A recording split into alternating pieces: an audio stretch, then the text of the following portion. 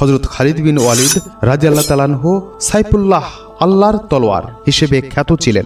তিনি যে কোনো যুদ্ধে যাওয়ার সময় স্বীয় টুপি নিশ্চয়ই মাথার উপর রাখতেন এবং সব সময় জয় হয়ে ফিরতেন। কোনো সময় পরাজয়ের মুখ দেখেননি তিনি। একবার ইয়ারমুকের যুদ্ধে যখন যুদ্ধের ময়দান উত্তপ্ত হয়ে উঠছিল, তখন তার টুপিটা কোথায় হারিয়ে গিয়েছিল। তিনি যুদ্ধ করা বাদ দিয়ে টুপি খুঁজতে লাগলেন। এদিকে শত্রুদের পক্ষ থেকে তীর পাথর নিক্ষেপ করা হচ্ছিল। সৈন্যরা মৃত্যু সন্নিকটে মনে করতে লাগলো। এ অবস্থায় হযরত খালিদ টুপি খোঁজে মগ্ন রইলেন। সৈন্যরা ওনাকে গিয়ে বললেন, জনাব, টুপির চিন্তা বাদ দিন, যুদ্ধ শুরু করুন।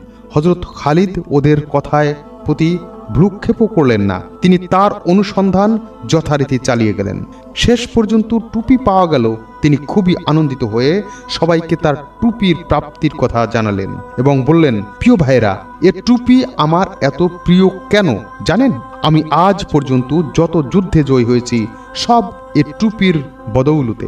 আমার কোনো বাহাদুরি নেই, সব এ টুপিরই বরকত। এ টুপি না থাকলে আমি কিছুই না। আর যদি এর টুপি আমার মাথায় থাকে তাহলে যত বড় শত্রু হোক না কেন আমার সামনে কিছুই না। সৈন্যরা জানতে চাইলেন, এর টুপি এমন কি বৈশিষ্ট্য আছে? তিনি বললেন, দেখুন, এখানে হুজুর সাল্লাল্লাহু আলাইহি ওয়াসাল্লাম এর চুল মোবারক রয়েছে, যেটা আমি এ টুপির সেলাইয়ের সাথে সেলাই করে রেখেছি। একবার হুজুর সাল্লাল্লাহু আলাইহি ওয়াসাল্লাম এর উমরাহ পালন করার সময় আমি সাথে ছিলাম। উমরার পর যখন তিনি তার পবিত্র মস্তকে চুল মোবারক কাটলেন, তখন এ চুল হস্তগত করার জন্য আমরা যারা উপস্থিত ছিলাম সবাই ঝাঁপিয়ে পড়েছিলাম।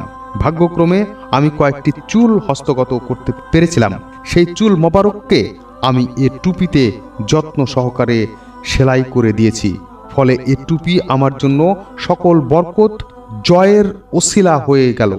আমি এর বদৌলতে প্রতিটি যুদ্ধের ময়দানে বিজয়ী হই। তাই আপনারাই বলুন, এ টুপি খুঁজে পাওয়া না গেলে কিভাবে আমি স্বস্তি বোধ করতে পারবো? হুজুর সাল্লাল্লাহু আলাইহি ওয়াসাল্লাম সকল বরকত ও আবাদানের ওসিলা তার চুল মোবারক বরকত ও রহমতের সাহাবায়ে কিরাম রাদিয়াল্লাহু তাআলা আনহু হুজুর সাল্লাল্লাহু আলাইহি ওয়াসাল্লাম এর সংশ্লিষ্ট সব বিষয়কে তাবারুক হিসেবে নিজেদের কাছে রাখতেন। যার কাছে তার নগণ্য চুল মোবারক থাকত, আল্লাহ তাআলা সব কাজে কামিয়াবি করতেন।